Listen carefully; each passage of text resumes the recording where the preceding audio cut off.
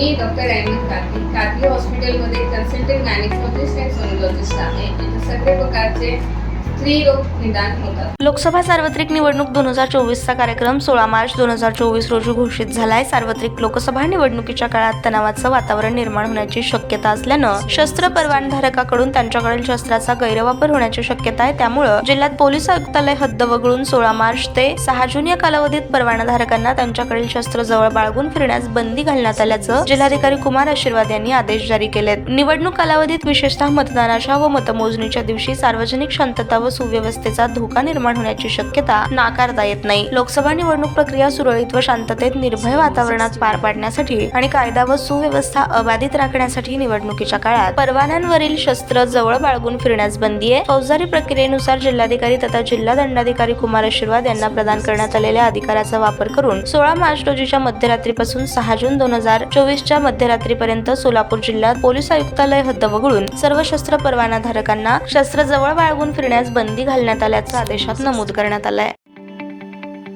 ताज्या बातम्या पाहण्यासाठी प्राईम महाराष्ट्र न्यूज चॅनलला सबस्क्राईब करा.